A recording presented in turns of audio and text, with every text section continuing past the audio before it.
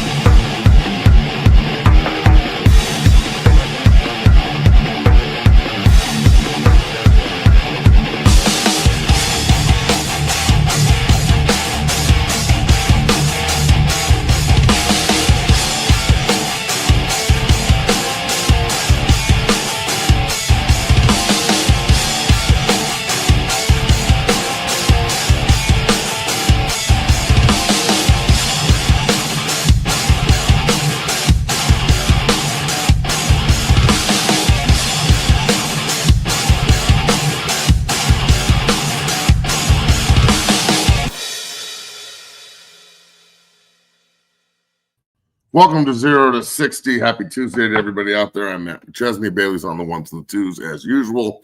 We have a hell of a show for you today. David Pollock joins us, former first-round pick, two-time All-SEC player, SEC Player of the Year, just a badass on all occasions. Unfortunately, his career ended due to a severe neck injury back in the day, and he parlayed that into a great media career, especially in college football. So we'll dive into all of his thoughts on CU and Georgia Tech and so on and so forth. He's a great Georgia Bulldog, so we'll dive into his thoughts on Georgia Tech, the Yellow Jackets, and whatnot.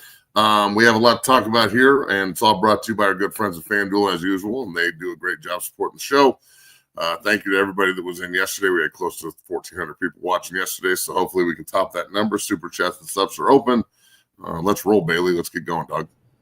Matt, happy Tuesday. This is a special edition of 0 to 60. Like you mentioned, David Pollock joins the show. That's going to be a hell of an interview. Lots of college football, all of college football to talk about. Can't wait to get his perspective on Georgia Tech. But how are you doing, my man? I'm okay, dude. You know, another day. I feel that. We in the building. But let's start off with some NFL news that I think you might have some input on. The Colts have named their starting quarterback, and it is not Anthony Richardson. They named it Daniel Jones. And personally, I think this is the right decision for the Indianapolis Colts going forward. But how do you feel about this decision at the QB spot for Indy? This is what I thought they would do. Look, man, I think AR5 is a bust. And it's on the Colts, not him. He was severely overdrafted. He should have stayed in school. There says something about chasing the money early instead of preparing to stack the chips late. And if he would have stayed, he could still be playing at Florida right now. He could be going into his junior season. That is true. So, or senior year, one of the two. So I think that he should have stayed in school. I think he should have learned the quarterback position, especially if he didn't play a lot of football when he was young, which he didn't. He's got to know that. How is everybody else supposed to know your experience level? So, look, man, the NFL set this kid up for failure by overdrafting him just because he looked good in underwear. And then the Colts failed him significantly when they lost the ability to develop the quarterback for some fucking reason.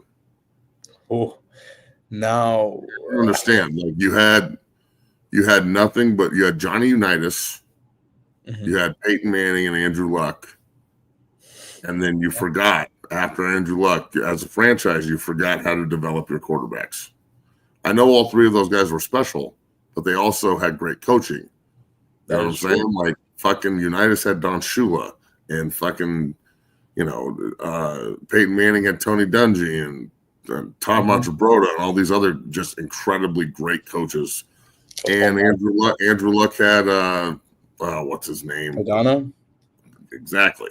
So Shane Steichen is an empty hat playing fiddle for an empty quarterback room. Ooh.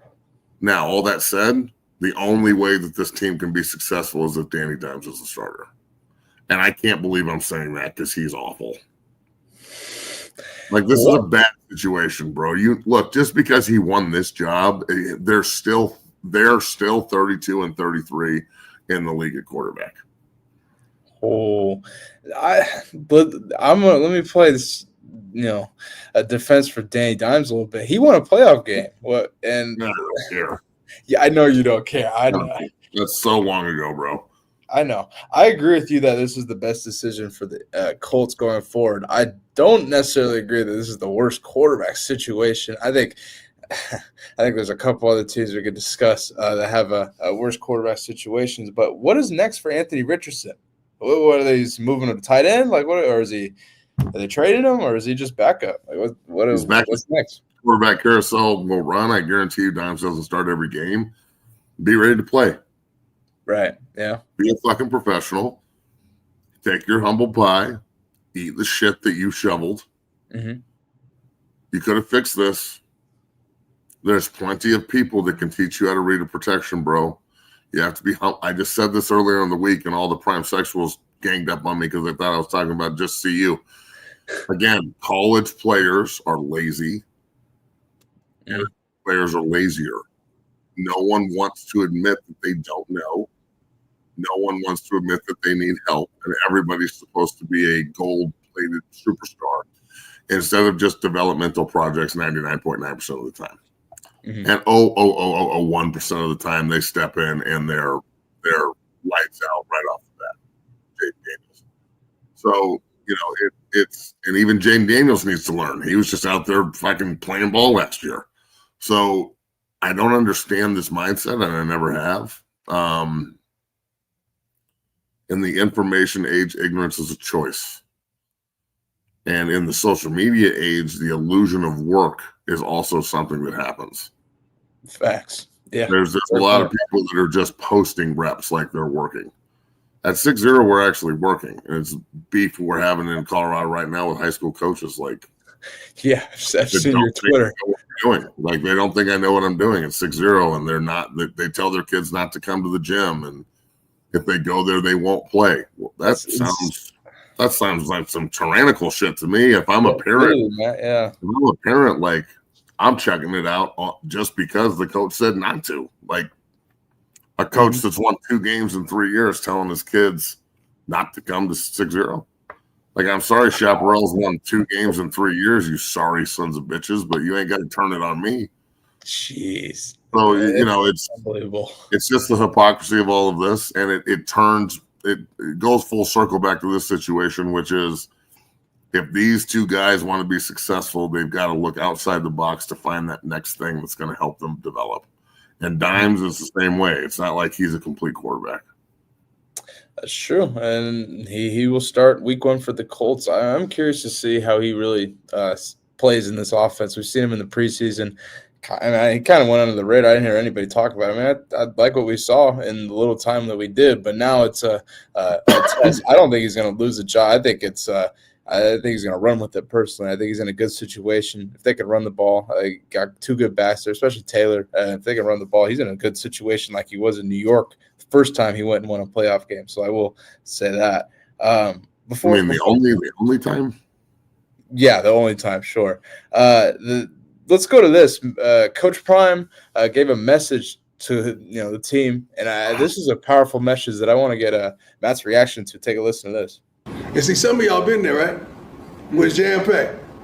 Some of y'all been there with the crowd and the roars and the understanding of who we are. And how if you perform like you performed in that scrimmage, they're gonna eat you alive. You might as well disconnect your social media. Because now they kind. Do what you did out there in that scrimmage and see what they do. They're gonna eat you alive. You got 12 days to get this thing together. We start on that side. What do you think? I wonder how many people are going to get mad at him for telling the truth to the team. Ooh, yeah. I mean, real. goddamn, dog, that's as real as it gets. That is all real football people, because Coach Prime's a real football person, fanboys. Let's be real here. Coach Prime is as real of a football dude as you can get. He's not like the fans that ride with him. He's way more like me, or let me rephrase. I'm way more like him than we are like y'all. Sure. So he is 100% looking at his team and saying there's something missing. We got it. And he's trying to motivate them. And he's using social media and what is now mainstream media to get that message across, like every great coach does. Belichick did this forever. Every good coach does this shit. They use the media and play it like a fiddle. And now, now you've got the people that never think anything bad happens in Boulder, like they're walking around on clouds. Well, now the head man's telling you they're not very good on that day. In that scrimmage on that day, they weren't very good. And he's letting them know. And he's doing it on social media. And some people will look at that and go, see, they're not going to be as good as you thought. And some people will look at that and go, see, he's actually being honest with his football team and telling them what they need to hear in order to motivate them to be better. So, I think that I think it's smart. It's good coaching. It's the way you're supposed to motivate your football team. Because, there wasn't social media when I played football. So, Twitter didn't even come around until like 3 years after I got done retired, and that's how old I am. But yeah, man, that you're right. If they see you struggle and they see you suck, people are going in on you. And you can get constructive criticism in coaching from people that actually know what they're talking about, like me, or you can get just rhetoric and like spewed bullshit like you get 98% of the rest of the time with all these other people. So yeah. I like that Coach did this. I think it's smart, and I think he should do it more, honestly, because I think his football team is really, really, really good. But every one of these kids has a Twitter account. They all read about how special they are. I just got done talking about how lazy people are. I'm not saying everybody on CU's football team is lazy. I'm saying, as a whole, college football players and NFL players, once they get to a certain level, pick and choose how hard they want to work. That's what I'm saying. If you're going to take offense to that, God, man, I hope that you played as long as I did and have seen what I've seen and trained as many fucking big-time players as I have and watched them walk in hungry and leave satisfied, and maybe they didn't really get what they wanted in the long run. That's all I'm saying. So maybe you should get off my dick and listen to what I have to say about this shit and take it as gospel, because I know more than you. Absolutely. And I agree with you. I think Coach Prime is on the right path. For sure. And, Matt, we're less than 2 weeks until Colorado versus Georgia Tech, which is going to be must-watch TV on national TV, which, shocking with Coach Prime. But let's go over to Brett Key. Brett Key said Brett Key is not happy. He doesn't think Georgia Tech is anywhere near ready to play a football game right now. Steve Rosga, that motherfucker. Yeah, shout out to Steve. 1-5. Drippy. Shout out to Steve Rosga. Take a listen to Brett Key saying his team is not ready to play a football game right now. We'll go to the other side of this matchup that we're less than 2 weeks away from. That well today. I thought I don't think we're anywhere close to being ready to play a football game. Way too many penalties, way too many turnovers, way too many blown assignments, way too many guys that either didn't play or tapped out for aches and pains and things you have to play through. We're not even close from the standpoint from mental toughness, the grit and the fortitude that you have to play this game. We got a lot of young kids on the field, new kids, but that is zero excuse. All right, so we got a lot of damn work to do. Sounds like he's saying the same thing. Sounds like he's saying the exact same thing in just a different way. Exactly. And apparently this game's going to suck. It's going to be 6-3. But look, he played at Georgia Tech. He's got a ton of pride in that program, obviously. And he expects them to be tough and expects them to play hard. And I'm telling you, Coach, in this era, I would say, I want you to play that again. And I want everybody to understand something about what I'm getting ready to say. Everybody in the chat and everybody that's watching and adding on as we're gaining viewers by the second. There are, I would say, 75% of the room that are offended the way that Brett Key said it rather than listen to the message. How much you want to bet? He's calling me soft and I don't really want to play him. He said I tapped out. How much you want to fucking bet? I'm not going to argue with that. Shoot. It's the room sitting there super offended that coach is coaching. I guarantee you they do it to Prime too. Well, Prime was so cool when he tried to get me here, and it was so awesome. I thought he was supposed to be my friend. And then I got here, and he's really coaching me, and he's calling me out in front of everyone. I thought we were cool. I thought I was Coach Prime's friend. I thought Coach Prime and I were buddies. Why doesn't he treat me like he treats his sons? Yeah. Exactly. It's I mean, yeah, it's insanity. But I think you have a point there, Matt. Now you're hearing from both coaches, Coach Prime and Coach Key. I mean, the clock's ticking. I think Caden Salter, I don't think they're going to name a starting quarterback. I think they're just going to roll him out there, but I think he's going to be QB1. Speaking of the run game, Matt, I saw a clip of DeKalen Taylor in practice taking a screen up the sideline here. One note in the running back room, though, Matt, Dallin Hayden he got a hand injury. He's unlikely to play against Georgia Tech in week 1, so Colorado is down a running back in the opening weeks. What do you think about that news? That sucks. Next guy. Yeah. I'm sorry you're hurt, but we got football to play. So, I've been through a lot of injuries in my life. I understand how shitty it is as a player to watch. But if you're hurting the team because you're hurt, you can't help. No, that's true. Then you have to shelf ego and go, okay, is this really the best option for the football game, or is this just the best option for me? So, right. Yeah, Hayden's got to sit and recover, and he opens up the door for 20, who's a little water bug and shifty as hell and looked really good. So that cat is. We got to use him though, bro. Okay, so again, I'm going to go straight back. We can sit here and I'm not going to do the premature excitement shit anymore. I can't do it. Last year, all offseason, what did we hear? That they were going to run the ball and they were going to commit to it and they were going to support Shedeur through the running game. No, we're over last year. They were 9-4. It was awesome. I'm glad Travis won the Heisman. It was an incredible season. CU's back, baby. I want you to listen to something real quick. If they would have supported Shedeur Sanders through the run game, they would have been an 11-2 team and in the fucking playoffs. Period. Thank you. They would have won maybe 12 wins. They would have won the Big 12. They had the best player in the world, plus the best quarterback in the conference and the best defense in the conference at the end of the year. And because we couldn't run the game, what games did we actually lose? All right, we got hammered against fucking Kansas. And Kansas. It's the Kansas teams. K-State's a win if you run the ball. Yes, true. If you control like Nebraska and Nebraska still, they was 28-0. They didn't score in the second half. Ended 28-10. That game might be different if you can actually run the ball in Lincoln. K-State, different. They win that game in Folsom if they can run the football and eat the clock, and they don't leave any time for K-State at the end of the game after they took the lead.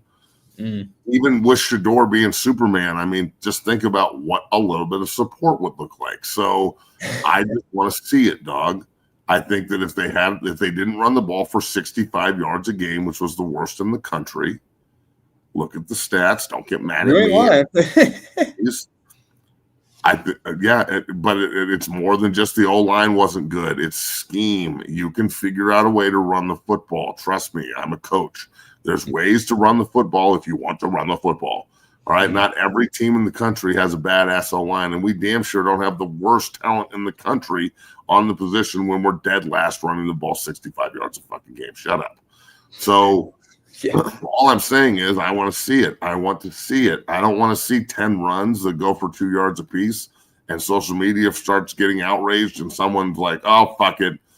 Pat's just like, fuck it, I'm just going to throw the ball every play then. That's what you want. The crowd starts booing, and now we're throwing the ball 50 times, and we're in the shootout. We don't, no offense to Salter and Juju, they're not Shador right now.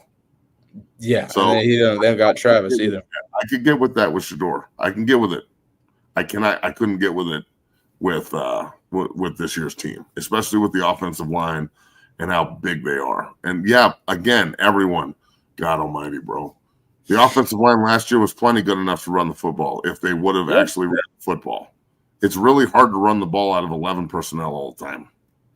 True. And it's Matt and I, we discussed this the whole season. Like bro. And instead of actually listening to what I say, a guy who played on both sides of the line of scrimmage, you guys like vilify it like I'm talking shit about someone.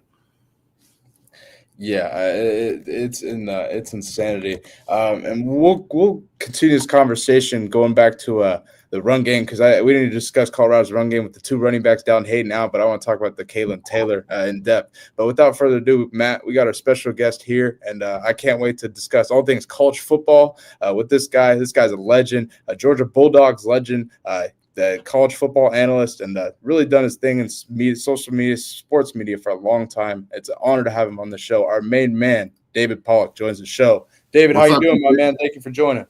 Appreciate you guys. I really wish Matt would be honest, and really tell me what he feels there. I mean, I feel, I want a little more honesty, Matt. I feel like you're sugarcoating a little bit. I get that a lot, Dave, that sometimes I get these emails every day and they're like, could you be more honest, Matt? And I'm like, I'm trying to be. I really am. Hey, man, it's what you should want, right? Like it's what you want when people cover your team. I remember when I started coming into the game and I went on ESPN, I was like, man, this is weird. Like sometimes we're like really candid and really honest, and then sometimes we're not. And I tended to gravitate towards the people that like, even when it wasn't what you wanted to hear, it's okay to say that. Like it's okay to be honest. And if you're looking at Colorado's run game, if you're saying it's been good, you're a liar. Like crazy. It's the worst in FBS since Deion took over. 65 yards a game, bro. Yes, it's been lacking. It's been lacking in priority as well. And then Marshall Faulk, obviously you got a big name and a Hall of Famer. He's not toting the pill, but I think you can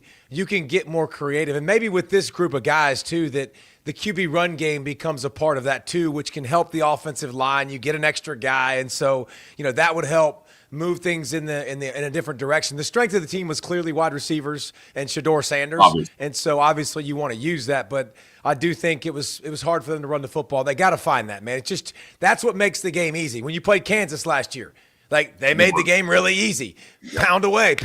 Then you can play action. Then you can use your toys. And the great David Pollock joining us. We didn't even have to ask him before he went straight in on it, and that's exactly why he's on the show. DP, we were talking about this yesterday. When we found out you were going to be on, that just how honest you are and your time at ESPN, the fact that I would gravitate towards your opinions and your outtakes because of the honesty factor of it. So we really appreciate that right off the bat. And we want to just jump into college football with you. We played Georgia Tech first. CU opens up with Georgia Tech, a team that I know you ended the season with. Every year you were at Georgia. Last year's game, Georgia Tech was an absolute dogfight. It just finished. Yep. It did literally just finish. Talk to everybody about what I've been saying this since day one, regardless of what Brett Key's saying and how disgruntled he is, and he is. I think that we're set for a really, really hard-nosed, slobber knocker type of football game between the tackles. That's the way that they want to win. Just elaborate a little bit on a rival of yours. Well, and Brent Key is like us too, kind of no nonsense, man. Like he doesn't pull punches, and you saw him, and I think you're referring to him taking shots at his whole team. Yes, sir. Besides the physicality and penalties and turnovers, besides that, we were great guys at practice. No, Brent Key's got it going in the right direction. The biggest thing you guys need to worry about is Buster Faulkner and Haynes King, because that combination, Haynes King, this is a dude now. Like you talk about a dude, he's a dude. Like he's my kind of guy, man. He could have been my quarterback in a heartbeat because dude sleeps at the building. He eats, sleeps, breathes football. He's a better athlete than you think, which is a great way of saying he's light-skinned because that's just the way it works. But he's a really good athlete, like can run the football. And they give you so much offensively that it makes it really hard to stop. Very few coaches are good enough to dabble in multiple worlds with air raid and spread and QB run and two back and one back. But if you watch Georgia Tech, every flipping play, man, shift, motion, pre-snap motion, pre-snap trades all over the place. They constantly want you to communicate. The one thing you got to be very happy about, last year, obviously, the offense was pretty good for Colorado, but to me, it was the defense. The defense stepped up big time. They were more consistent. I think it was like 11 points less a game last year, and you didn't have to outscore everybody. You didn't have to feel like, holy cow, one possession, we gave up points. If we don't get a stop, if we don't score here, like we're going to be down 14 if they already scored, and I think getting that feeling out is really good. So I think ready for Haynes King in that offense, which is one of the best in the country at making you communicate and over-communicate and then just kind of picking and then throwing in the screen game and trick plays, and they're going to find some weaknesses. That's a tremendous challenge right out the gates. Absolutely. Let's go back to Colorado now before I let Bailey in here. Your podcast called the Family Goals Podcast. Coach Prime's a family-type coach. Stud. I think that he really brings people in and embraces, especially in the transfer portal era. I haven't seen like that kind of embrace from his players to a coach in a while. He's gone through a lot. Just talk about how unique this whole situation is. Being, it's really hard to be the coach and have your kid be the quarterback and then have your son running safety and your son running social media. It's a big family affair. I dig it. I think it's awesome. And exactly what Colorado needed. I was wondering your perspective on that, just based on your experience. Well, I think first, I'm a huge fan of Prime, and I've been sending a message back and forth, and it's usually to me because I have strong faith, and I love the way he represents his faith. Like, I love the way he shares it. He wears it on his sleeve. He's not scared. I think that's awesome.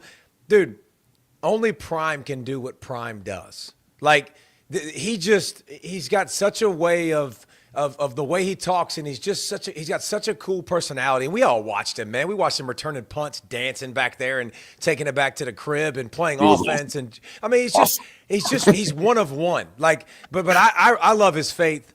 I think he can connect with anybody. You see in recruiting the unique things with the playing cards and now bringing over other Hall of Famers and Warren Sapp and Marshall Falk and et cetera. Like, just, you look at the sidelines of a Colorado game. Like, find that in the country somewhere. Like, that's USC type crap back in the day, man. Like, So I think that people, if you understand who Prime is and what he is, like, I think people naturally see a chain and they're like, oh, I know how that is. I'm like, dude, you don't know a thing about that dude. He's hard-nosed. He's disciplined. He demands of his guys. Like, I think Coach Prime, I think it helps him, getting his kids off the roster. I'm not saying he did a bad job. He did a great job to get 9 wins at Colorado. It's been a long time. Like, good Lord, has it been a long time. Just to get a winning season, it's been a long time. So he did a great job. But I think now, like, getting those guys off, it's just less to worry about. Now you can worry about the whole team. Now you don't have to worry about that dynamic. You just worry about winning games, and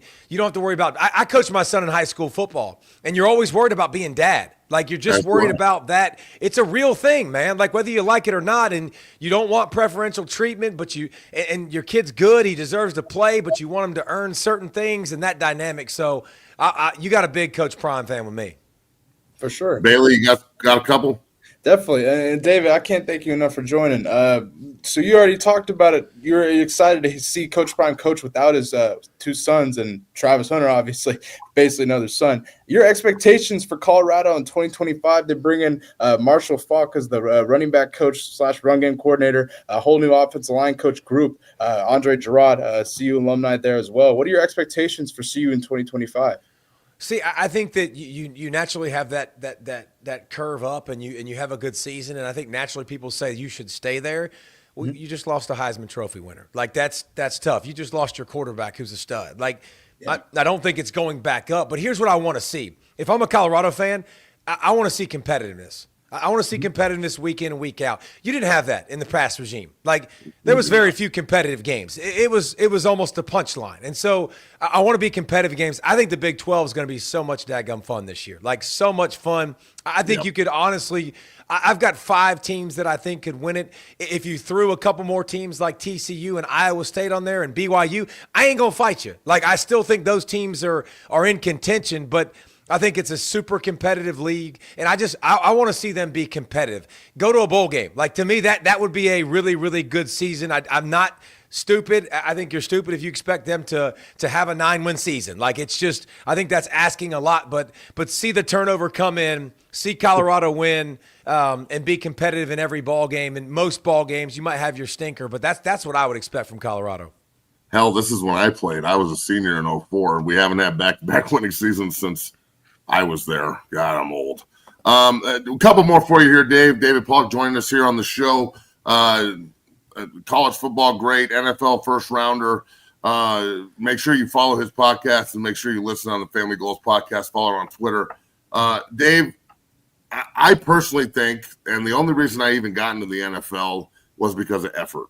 And I was a defensive lineman all through college, and then I got switched in the NFL and got hurt really bad my 5th year and couldn't play anymore, and it kind of sucked, as you know, my friend. But the college game for me is so much of learning who you are as a player and then being able to actually go out there and cut loose and play hard. And I feel like there's so many guys that take plays off these days, and there's so much loafing. Why do you think that? Why do you think that is? Is it pride for the game? Is it the rotation part? I mean, the guys who really play hard pop off tape like they never have before. I think there's another thing that me and you were chasing back in our day, because we're old. Back in the day, you were chasing that cheddar. Like, you were trying to go make money. You were trying to go feed your family. You were trying to go make a dream come true. And by God, if you got in my way, I'd eat your arm off if I needed to. So get the freak out of the way, whatever it took. And I think nowadays, man, these kids are making good money, dude. Like, they're making life-changing money. And so it's just like anybody else. It's hard to kind of figure out it's hard when you get that money and you catch that dream. Can you sustain the energy and the effort and keep that chip on your shoulder that it took to get you there? Like, and that's the thing about life, man. Like, so many times in college, back in the day too, and every year they're going, okay, if I give you this money, if I give you this bag, what are you going to be? How are you going to compete? Guess what? These NFL teams know now. Like, they're seeing it week in and week out, bro. Like, they know these kids are getting paid. They're getting theirs. And then some of them, I watch them year to year. I'm like, that dude played like a dog that was hungry. Like, right? There's 2 reasons to eat off the floor. 1, the floor is immaculate. Or 2, the floor, you don't give a dang. You're so dang hungry, you'll eat off whatever you need to eat off of, right? And so, like, there's some people that have those different personality traits, but a lot of times, man, you start getting a little bit hungry, or you start getting less hungry, you're finding that food a little bit more often. Nah, that ain't my cup of tea. Like, I'm not going to stick my face in the fan. Like, so I think the culture and handling adversity, handling hard, playing dinged up, playing for your team, like, those are things that I got a future to worry about. Oh, I got this to worry about. And I think, I put it to you like this. I remember my sophomore year in 2000, my freshman year in 2002, we're playing Boston College in the Music City Bowl. Music City Bowl means absolutely zero. Sprained my MCL, going to the locker room at the half. Trainer's like, hey, man, you're done. I was like, the heck I am done. What do you mean I'm done? He was like, you sprained your MCL. There's no point. He's like, you can now go in there and you could tear it. I said, I have all off season to recover. Who gives a crap? He was like, well, this makes your ACL more likely to tear. I said, I have all off season to recover. Like, what are we freaking talking about? Like, and obviously, thank God he knows better than I do. But like, that mentality's out the window. The mentality where I'm going to fight so hard and, strain, like, there's very few that are going to do that when they get the money and when they're fat and happy, because not metaphorically, right? When they're getting what they want when they want, as opposed to like, I'm fighting for those scraps, man. All right. So my last question, and then we'll get you out of here after Bailey's got one more, I'm sure. The future of college football, bro. I mean, realignment's crazy. A lot of rivalries are dead. It looks like the ACC is the next to crumble down the road. I don't know that. The Big 12 could be gone tomorrow for all we know. The Pac-12 disappeared after 100 years. The conference champion's just gone. I liked the old school rivalries. I dug the era that I played in. I think there's just a little bit something missing from college football, even though it's so incredible. What's your feeling on the future of the game that we both love so much? Well, change is hard, and I'm not gonna lie, man. Like every time you lose rivals, and even when you lose the BCS and you go to 4, and then you're like, all right, we're gonna change again. Like I'm apprehensive to change just because I think this game is the best sport on the freaking planet. It's freaking awesome, and just love, and just like to me, and this isn't because I'm on Colorado. I've said this on plenty of podcasts and on my own podcast. Like the Big 12 is one of the most fun leagues to watch. Like every single game, week in and week out, man. Like. Whether you follow Baylor and Colorado last year and you watch that finish, and then you see Iowa State and Kansas State, and like they're going to open it's going to be a competitive game. It's just like I think 44% of the games last year were decided by 7 points or less, something like that. Like that's fun. That's great. I think we're working our way towards SEC is the ACC or is the AFC, and Big Ten is the NFC and the NFL, like two types of leagues because. Right now, the power resides with those two conferences, the SEC and the Big Ten. Like, that's where the majority of the money goes. That's where the decision makers are, and the priorities will continue to go. So I love college football. I'll continue to follow it no matter what, but I'm with you. I like the traditions. I don't like change. I saw that they floated the 28-team playoff. I'm like, no, dude. Like, everybody gets a trophy. 28 teams, like 7 automatic qualifiers from the Big Ten and the SEC, and 5 from the ACC and the Big 12. And I'm like, I think you diminish regular season, which I know nobody cares because we're going to get this cheddar, and that's all that matters. Yeah, but I'm telling you, there's something tough about being on a team. I mean, my sophomore year in 2001, I played on a team that had a chance to play for the national title. And each week you're just like, that pressure that you feel as a player and as a team, you don't really feel that anymore. Back in the day, Ohio State wouldn't have been able to play for the title that they won last year. So I guess it's good and bad. The great David Pollock here on the show. Bailey, I know you got maybe one more question for Dave before we get him out of here. David, can't thank you enough for joining. Got to ask you about your Georgia Bulldogs before we get you out of here. The ceiling for Georgia in 2025 with Gunnar Stockton at quarterback. What are your expectations for them this year?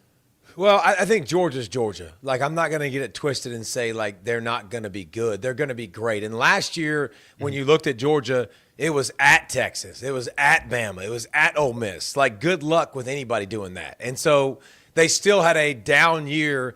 And a down year, they won the SEC. Like, that's just kind of like Georgia fans are pissed. What the heck happened? We suck. And you just won the SEC. So I think that Gunnar Stockton, if everything sits like it did a year ago, and you want to go back 20 years, last year was the worst time.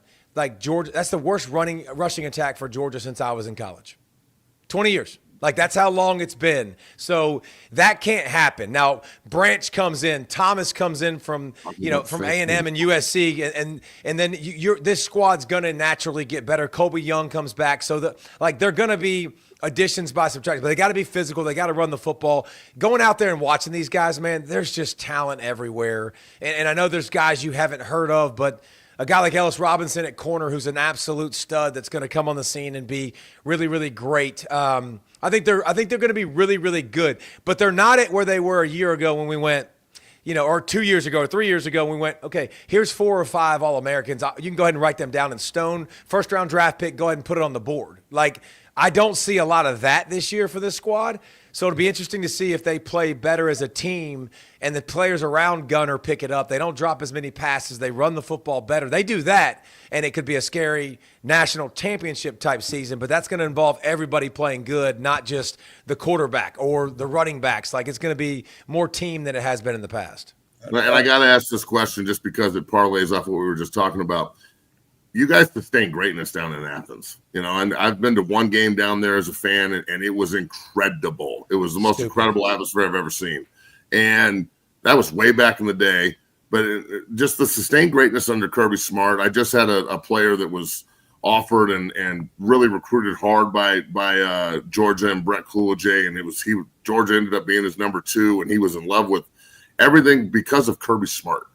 Like, you're talking about all this talent at practice. I know you're out at practice and you can hear Kirby because I can hear him over social media.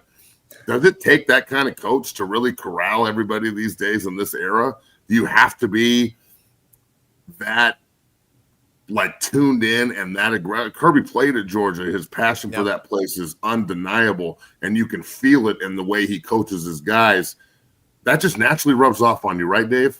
It has to. Like well, here's the thing: you coach it or you allow it, and players are going to take on the personality of their coach, 100,000,000%. So like he's on the mic, he's got the Madonna mic out there, and everybody's catching strays. Like everybody's going to get put in a body bag at some point. Like just he's going to talk about it, and he will talk about it in a way that if women and children are walking about, too bad, so sad, you're dead. Like it's yes, going to need earmuffs, too bad. Like just I think it's amazing to watch him, man, in his juice every day, Matt. Like he's got it every single day. Special teams, defense, offense, got his pulse on every part of the program, recruiting, all in. Like he is an absolute stud. He's the best in the business, and it only takes a few minutes around him to realize why he's so great.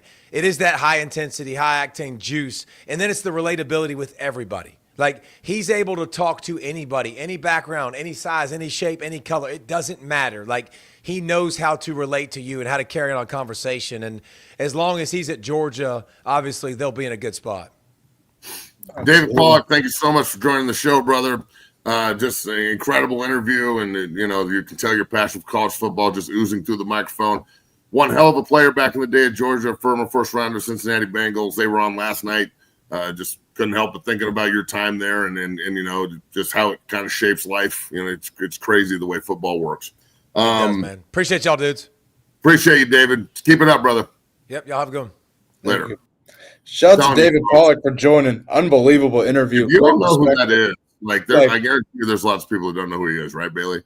In the chat? Are you kidding me, man? Come on. You need to go check that out. You need to do your homework. Pollock. That guy was a fucking terror.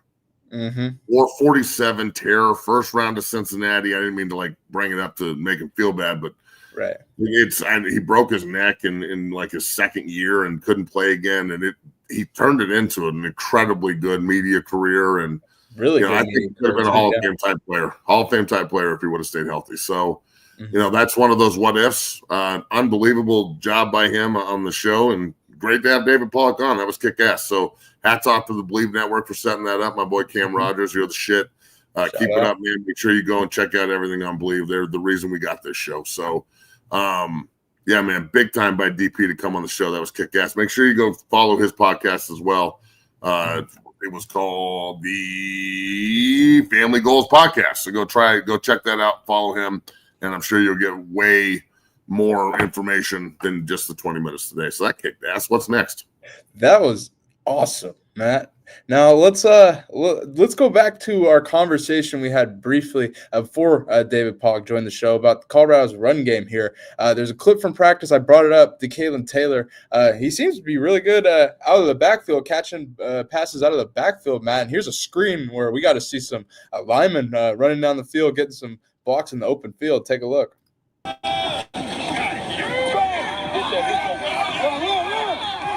He is catching more balls in the backfield than the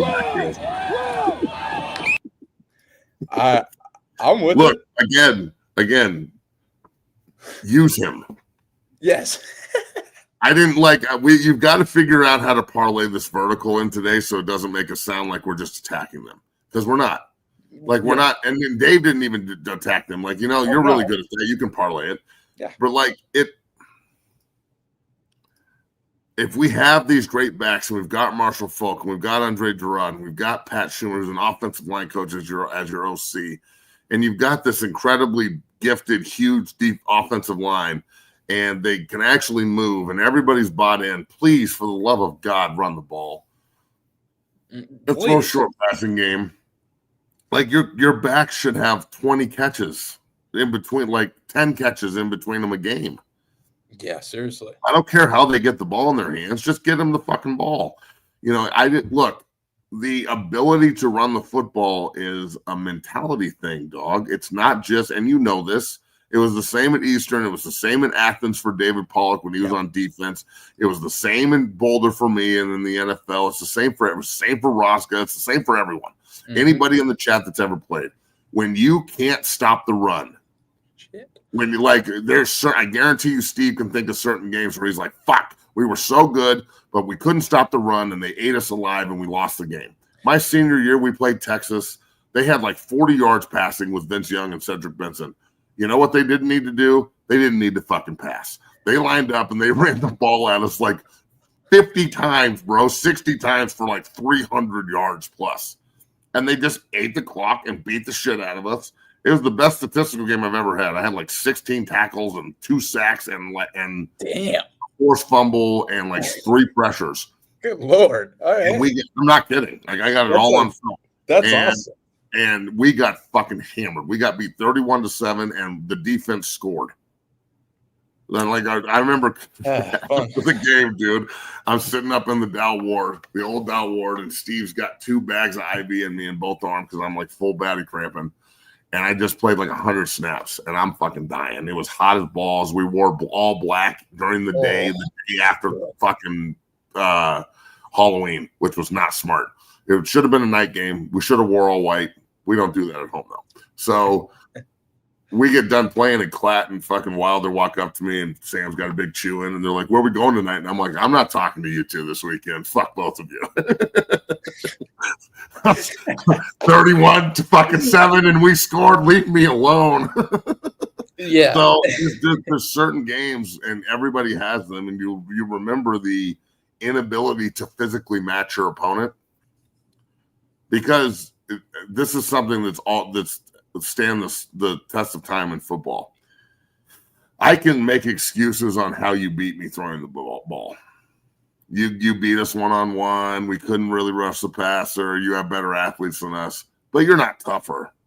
Mm-hmm. You just beat us because you can throw the ball over the yard, but you're not tougher than we are. Sure. If we get in a toughness fight, we'll beat the shit out of you. That's something, that's real. I mean, you ain't lying. That's true. Yeah. That's facts. But you know what's never happened once? Never have you got the ball ran at you every play and then couldn't run the ball on the other side and walked off the field and gone, we could probably hold up with that team. Nah. The Big 12 title game my senior year, if anybody wants to go watch an absolute massacre, Adrian Peterson, I didn't feel when I was sitting on the sideline and it was 14-0 and my elbow just got dislocated. You want to hear the story? So it's Davin Joseph, Jamal Brown, Jason White's the quarterback. Both those 2 were first rounders. Yeah. God. And Adrian Peterson's the running back. And J.D. Reynolds is the fullback, and they're in I formation. They run power right at me and double team me. I do an okay job playing the double team and shed it, but all I can get out is my left arm, right? So I stick my left arm out, and Adrian Peterson hits me right above the elbow with his quad, running through the hole with his knees up here, fucking ducking his head and shit. And he hits my arm, and I'm a 500-pound bencher, and it fucking exploded. Like my elbow dislocated super hard. I tore the ulnar nerve. I tore the ligament, and it's like resting on top of my arm. And I run off the field, and Steve, our trainer's like, Matt, let's sit down. And I'm like, my elbow's fucked up, Steve. Something's wrong. And he cuts the pad off of it, and it's really mangled and fucked up. And he's like, what's the score? And I'm like, it's 14. And he grabs my wrist and goes, pop, and pops it back in. And I'm like, 14. So they take me in the back and they stick me with God knows how many needles, like a needle in the elbow, 2 in the ass, and some pills. And I'm just like, fuck it, let's go play. It was not a good idea. Adrian went for, I don't know what the stat, could you look up the stat line from the 2004 Big 12 title game where they beat us 42 to Mason Crosby? Fuck. It was almost like, hey, you won the North. You're 7-4. Your gift is the number 1 Oklahoma Sooners, who are undefeated, and have Adrian. You're gonna get fucked up. All right, 42-3 Oklahoma. Yes, it was ugly. Adrian Peterson, 28 carries, $172, 3 touchdowns. Yikes! Yeah, that's And him, like, there's clips of him running through our entire defense, like, I'm sure. 7 broke tackles on one play. And look, we played that same exact team, minus Adrian Peterson the year before in Folsom, and lost to them by 6 on the last play of the fucking game when they were ranked number 1. That one person elevated, and the fact that the year before they had lost to Kansas State in 03 in the same building and like got upset. and they were real motivated and really angry. And I'm not saying we were just happy to be there, but we were on a 3-game winning streak and like won the division. But we had no business being in the Big 12 title game. We were 7-4. Texas was 11-1. Oklahoma State was 10-2. Like the best 3 teams in the entire conference were all in the South. So that's one of the reasons why they stopped doing divisions. But God almighty, bro, that's just one of those circumstances where you sit down and go, these people are fucking us up bad today. Like, you're just going to have to take your medicine, boys. Learn to read a key. Yeah, exactly. 42-3. Look at Adrian Pearson's stats. Man, that's a tremendous story. How about this one? If Caden goes for 3,000, 1,000, guaranteed top 5 pick. I don't know if he's a guaranteed top 5 pick because he's not very big. That, but I mean, his throwing motion is fucked up. But look, we'll say this: if he goes for 3,000 and 1,000, they're winning 10 games. Yeah. And I know Dave was just like, I think you're crazy if they win 9. Well, I think they're going to win like 11. So I'm fucking agree.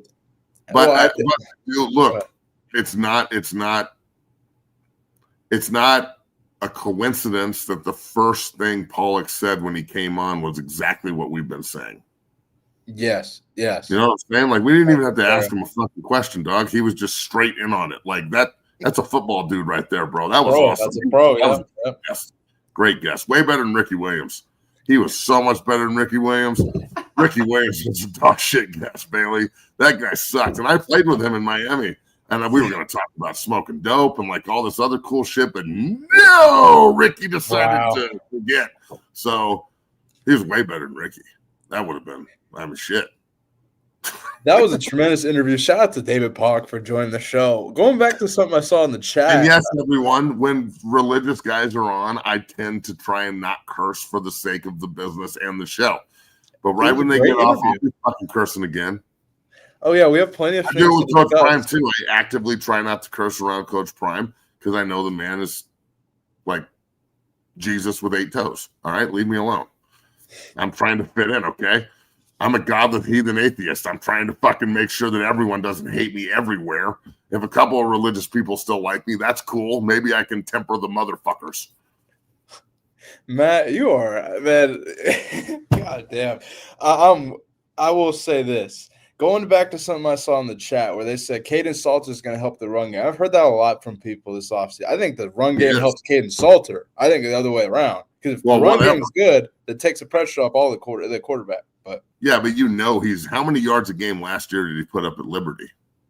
How many rushing yards? Rushing yards. Well, I know he's like a 2,000-yard rusher or something in college. Yeah, like this fucking kid can get it. So yeah, I hope that whereas Shador would scramble to extend the play, this kid's scrambling to run.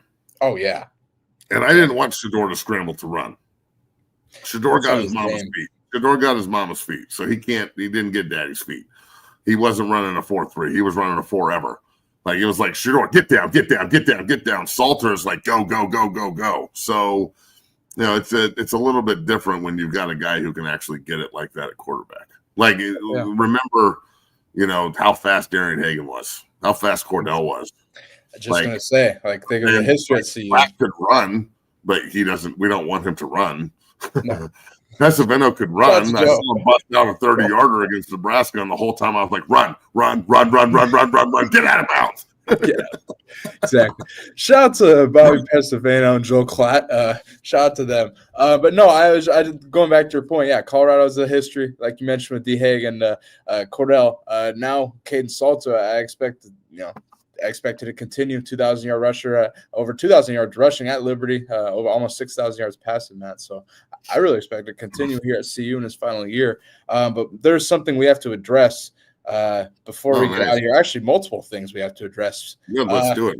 We got. Speaking of ESPN, Ryan Clark. This is an interesting. What is wrong with ESPN, bro? First of all, you fired Pollack, stupid. And then you got Monica has no fucking clue what she's talking about talking. And now you got Ryan Clark saying this stupid shit. Take a look to an odd comparison Ryan Clark made about Joe Flacco. Take a look. Joe Flacco. And the question isn't and wasn't going to be who's the starter in Cleveland. The question is, who's going to be the backup in Cleveland? Who's going to be the number 2 quarterback when they open the season against these Bengals? I'm gonna tell you what, man. Joe Flacco must have the faith of a mustard seed, right? Because this is the greatest resurrection since Jesus the Christ. Right? Like All right, stop it. What does the faith of a mustard seed mean? What the fuck does that mean, bro? What does that mean? Does anybody tell me? Could someone tell me what that means, please? Why say that on national TV? And look, I disagree with this right here. I don't think that Ryan Clark is Stephen A. Smith 2.0. Stephen A. Smith is a journalist who cut his teeth, and he's just loud and but I like Stephen A. personally. I think he's the only guy on the entire network that I don't want to punch in the face.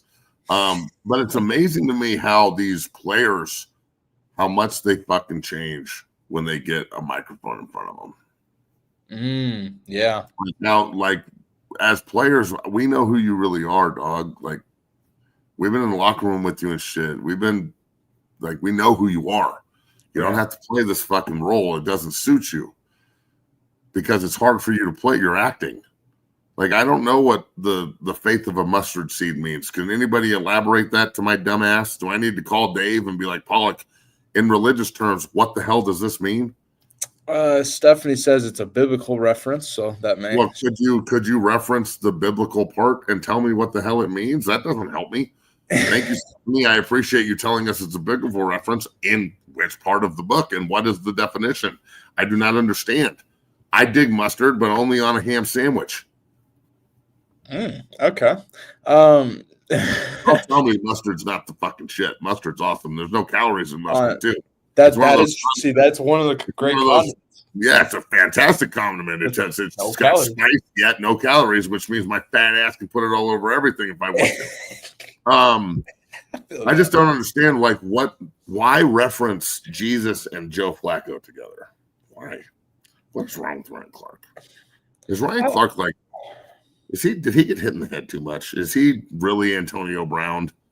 I have a hypothesis, Matt. Remember how I told you when I go to the gym and they're ESPN, the first thing they're talking about is the Shedeur Sanders and the Browns quarterback situation. That's their biggest. He might be just thinking he must be burnt out. He must just have to throw anything out there because I don't know why you would ever think to say that on a national television. All right, here we go. It's biblical, Hebrew. Faith, the mustard seed is the smallest seed, but grows into the largest. Cool. Oh. So you're saying that Joe Flacco was small and grew into Big Joe? I don't understand. I still don't get the correlation between. He started off as Little Joe, and now he's blossomed into Big Joe 17 fucking years later on 8 different teams. What? I think it's pretty cool that they opened the season in Baltimore, though. Oh, man. I don't know. I think they're going to get Baltimore at least once. Cleveland, they might go 3 games. They always get Baltimore once. They're probably going to make one in Baltimore. But I just think it's cool that Flacco's going back to play Lamar with the Browns, who should remember the Browns are the fucking Ravens. That's true. I don't know if I could, as a fan, if the Broncos didn't win in 97, 98, right? When I was in high school and we didn't get that off the schneid. And then they left and changed their name, and the same group of guys won fucking titles and became dominant for 25 years, had multiple Hall of Famers, I'd be mad as fuck. If I'm a real Browns fan, bro, how can you not be a Ravens fan if you're a real Browns fan? The Sandman was the GM, one of your best players in history, and Ozzie Newsome. When you move, you draft Ray Lewis and Jonathan Ogden in the same fucking draft. Insane. And it puts your Vinny Testaverde goes from fucking throwing strikes. Vinny T, my man, went from throwing strikes with the Browns to throwing strikes with the fucking Ravens. That's just so dirty, dog. If you're an Oiler fan and you never got out of the fucking playoffs, you never make an AFC title game for years, you would just lose and choke. And right when you move to Tennessee, you make a fucking Super Bowl. That sucks, bro. Maybe it's your city. Maybe we should not put teams in the places we move that are decrepit hellholes for franchises, i.e. Houston and Cleveland. I don't get it. Why would you move, and then there's evidence. The team moves and achieves every goal they've ever wanted, and becomes one of the most relevant franchises in football and no longer snake bitten, and you decide to open the building and call it the same fucking thing and open it next to the same mistake by the fucking lake in goddamn Cleveland, and then you also decide in Houston, you know what? We're not even going to move a Tiffany block. We're going to open a building right next to the fucking Astrodome, and we're going to call them the Texans because we're in Texas. That's really fucking original. And what have they done since they got in the league? They've only choked. They can't make an AFC title game. It's like the fucking Oilers with a bull on the side of their helmet.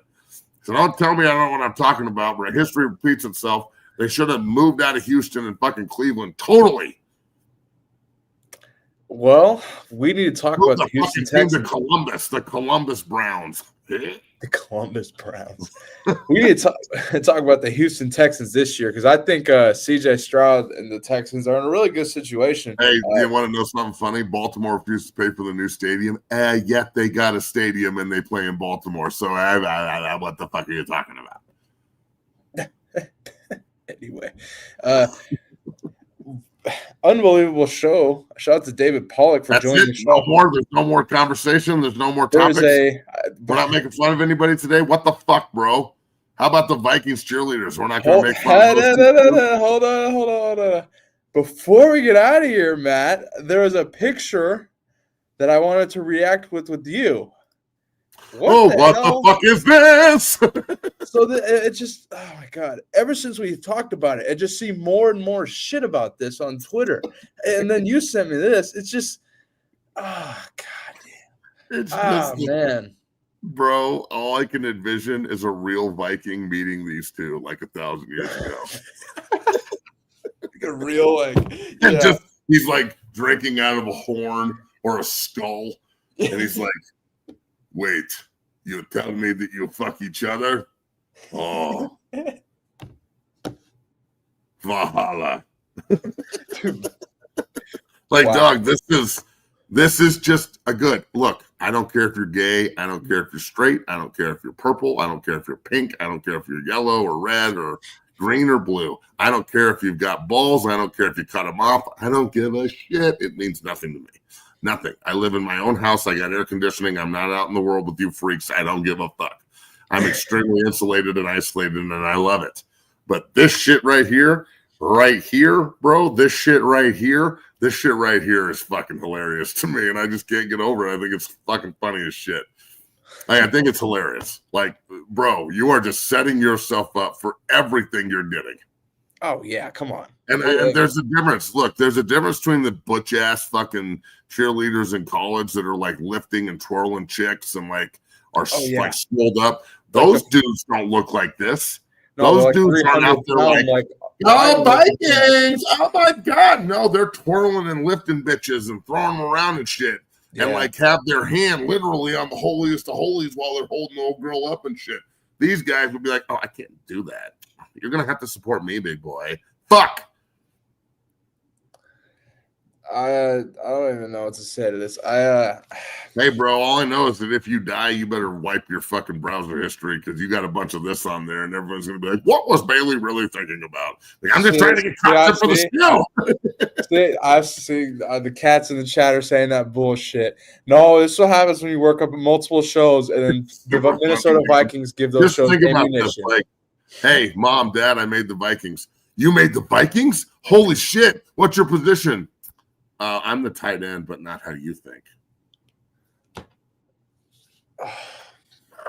Why? Why does this happen, man? God damn. What happened to, like... Yo, Vikings. Old I can't school wait for Caleb Williams to come to town. I'm going to match his nail gloss. Oh, my God. Go Vikings. Go Vikings. I can't believe this. Matt, this show is brought to you by FanDuel. It surely is. What's the over-under on these two actually cheerleading all year? Like, what's the over-under on one of the chicks getting fed up and beating the shit out of them? I'm thinking it's going to be more of a fan issue. Cheerleader, what? If I'm a female cheerleader, I'm mad as fuck. Why is Stan and fucking and Jimmy over here, the anonymously gay duo, why do they get to be on our cheerleader team? I mean, they're taking women's jobs. I don't understand why we're not like calling this out. Like, what? They're taking our jobs. Yeah, like what are we doing here? They're taking our jobs. I don't hear any outcry. Where's the outcry? Where's the anger? Does anybody in the comments? Do you remember the anonymously gay duo? Do you remember that, Bailey? Look it up, bro, right now, and see if you can find a picture of it. You're gonna laugh your fucking ass off the way that they fly into areas. Let's see. It was a Saturday Night Live thing, I think. The anonymously gay duo. Yeah, let's see if I can get this. Yeah, give me a second. Oh man, that's these two, and that's cool. That's cool. No one's saying you can't do it. What do I give a shit? Do your thing, but god damn, bro. I can't wait to see this. I'm gonna laugh my ass off. Give me about 1 minute, but I want to get your betting insight before we discuss it. I want to get your betting insight on since this show is brought to you by FanDuel. We got to discuss week 0, the second game of week 0. We're going to discuss here this week. Fresno State, led by Kurt Warner's son EJ Warner, heads to Kansas to take on the Jayhawks and Jalen Daniels. Jayhawks, I believe, at one point 13-point favorites, 14-point favorites. Who you got? Christian Wilkins. Easy 3-1-3, you bad motherfucker. Hey, what if Christian Wilkins loses 100 pounds and he becomes a Raider cheerleader? That would make sense. Has he signed anywhere? No, he's not going to sign anywhere either. You can't sign open rapists unless you're the Browns, of course. You don't think he's going to be signed to the Vikings? I don't know. How are you going to work that into the contract? We've got injury waivers for this guy, but we've got dick grabbing waivers for you. If you grab anyone's dick, balls, or asshole, or kiss anyone on your football team, you're cut. Are we going to put that into the writing of the contract? Because if not, I don't want him on the team. Here's your Saturday Night Live thing that we can show about 30 seconds of before we get copyrighted. Take a look. Leave Bailey alone, Maxie. Oh, wait, hold on. I don't know why it has two things up here. Yes, please show it. Yes. Come back here with Mark Jones.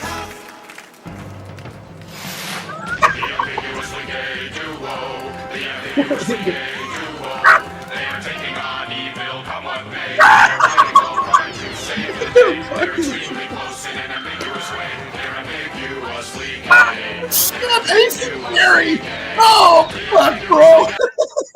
Ace and Gary, turn it back. What? Show me Ace and Gary again, please.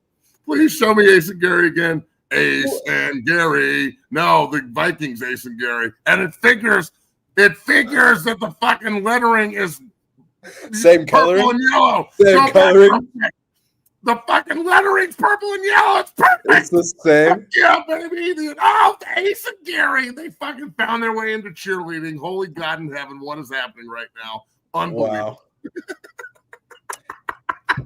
Wow. We did not set this up, folks. That's just the beauty of the show. Oh my God. I love this show, man. That is a great work. Oh, I would have never heard of that, Matt. That's awesome. oh man. Apparently Roscoe says that there's tampon machines in boys' bathrooms. That's not good. Well, shout out to Tim Walsh. It's exactly what he said. Yep, Tim Walsh. I wouldn't be surprised if Tim also gets a cheerleader uniform, although it would need to be 5 times XL. I mean, didn't he coach football at one point too? Isn't that crazy? Like this fucking. Anyway, that's a whole nother conversation. Let us OU fans know what kind of player you're getting with Deacon. Well, I don't know if Bailey still has the clip available. I'm sure he does, but one clip tells you everything you need to know about Deacon Schmidt. And if he can find it, because computer is the shit, and this is what Bailey does. Do not disrespect my guy. You will never watch the show again. I'm telling you, Deacon Schmidt is a hoss of a human. He is built like a brick shit house, and in every good way possible. He's humble. He's hungry. He's hardworking. Windsor, Colorado is literally a 4-hour round trip from my gym, and I couldn't keep him out of the gym for 3 years. And he became an incredibly dominant player. He's going to be a senior, and he plays Green Mountain. And I think Friday night they play Green Mountain. Corbin Wade, he plays Corbin again. Corbin's committed to UC Davis. I thought for sure Corbin would have gone to Fresno, but no. If we can find this clip, I'm telling you, it's one clip defines Deacon Schmidt and what you're getting in Oklahoma, and really what Bill Beatonbaugh is going to be able to develop.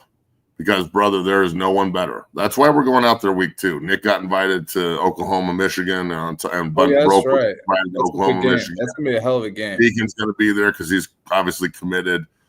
But that's going to be a hell of a game and a hell of a weekend. I can't wait for Nick to experience it as a recruit. And just for my boy to be able to train and work with all these guys that are now older, you know, and mentor him into something that I know he wants to do. One day Nick could be playing next to Deacon in Norman for all I know. So Deacon's a leader. He's a stud. He's a great kid. And I love him like family, bro. Like there's nothing this kid could do that could ever get me to hate on him. So I'm trying to find your clip here. I'm on my other computer, so I don't have it fucking saved. But nonetheless, what are your expectations for OU in 25? You know, I think they're either going to be really good or they're going to be 6-6. And if they're 6-6, Venables is gone. That's what I was going to say. Yeah. If they're 9-3, if they're 10-2 and they sneak into the playoff and Mateer wins the Heisman and because he could, I mean, you could put some money on it. God knows he is. If the offensive line plays up to snuff, they've got some new players in and rotated some guys out. It really comes down to the defense. Oklahoma has got to do what Texas did. Texas went out before they went to the SEC and got themselves an SEC defense. Well, Oklahoma walked into the SEC with a Big 12 defense, and it didn't work out too well. So they've got to be able to run the ball. They've got to get better quarterback play, and they've got to play SEC defense. And if they do it, Venables is cool. No one will get fired, and everything will be moving forward in Norman the way it's supposed to. All I'd say to the people in Norman is in 110, 12, whatever years you were in the Big 12, okay, and the Big 8, you literally won the conference 58 times. That's like half. That's 58 conference championships. That's a lot. I would say that be really careful that Oklahoma doesn't turn into the Nebraska of the SEC. Oh, Nebraska went for one of the most relevant brands and programs in the country. It's still a relevant brand, but just because of its history and fan base. But they haven't won shit since what? When's the last time Nebraska won a conference title? The last time Nebraska won a conference title was I want to say. I look it up. I bet you it's 90. Last time Nebraska won a conference title, I want to say is 97. Yeah, I was going to say 97, yeah. 97. Wait. They won the Big 12 in 90. They beat Texas, right? I lied. 99. Okay. Yeah, 99. Okay, so 99. So we have a Big 12 title more recently than Nebraska does. We have a conference title more recently than them. So they've fallen off, and I just think Oklahoma could go down that same road if things don't happen for them the way they're supposed to this year. It will materialize into something that they can't control. It'll spiral out of control because you don't have any break. Look at Florida's schedule again, dude. Fuck me. Off. Holy God in heaven, that is ruthless. Not all things are the same. Not everybody's schedule is the same, and not everybody's fucking path is the same. You know what I'm saying? So, yeah, man, what Pollack was saying with you could see the SEC and the Big Ten turning into the AFC and the NFC.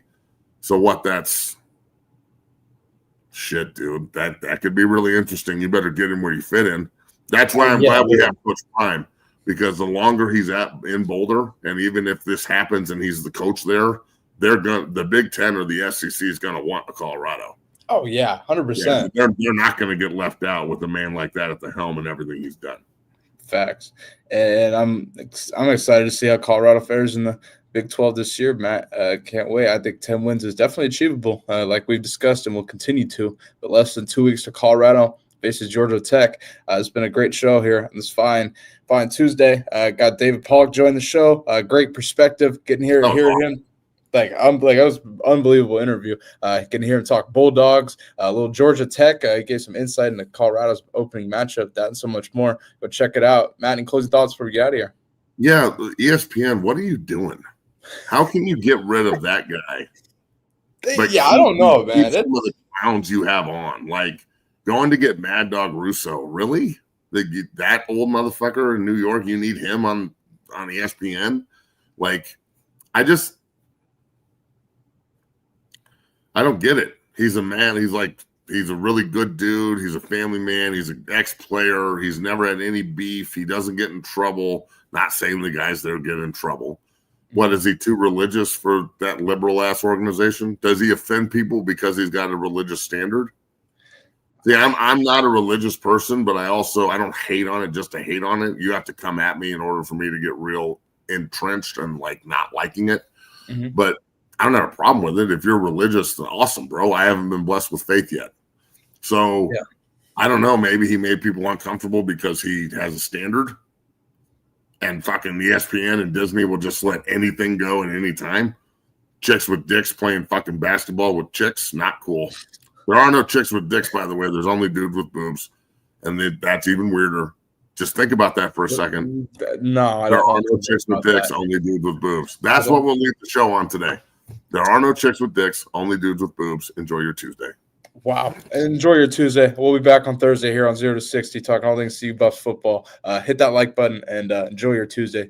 Who else should we get as a guest? Comment. Everybody in the crowd right now. Who else do you want to see?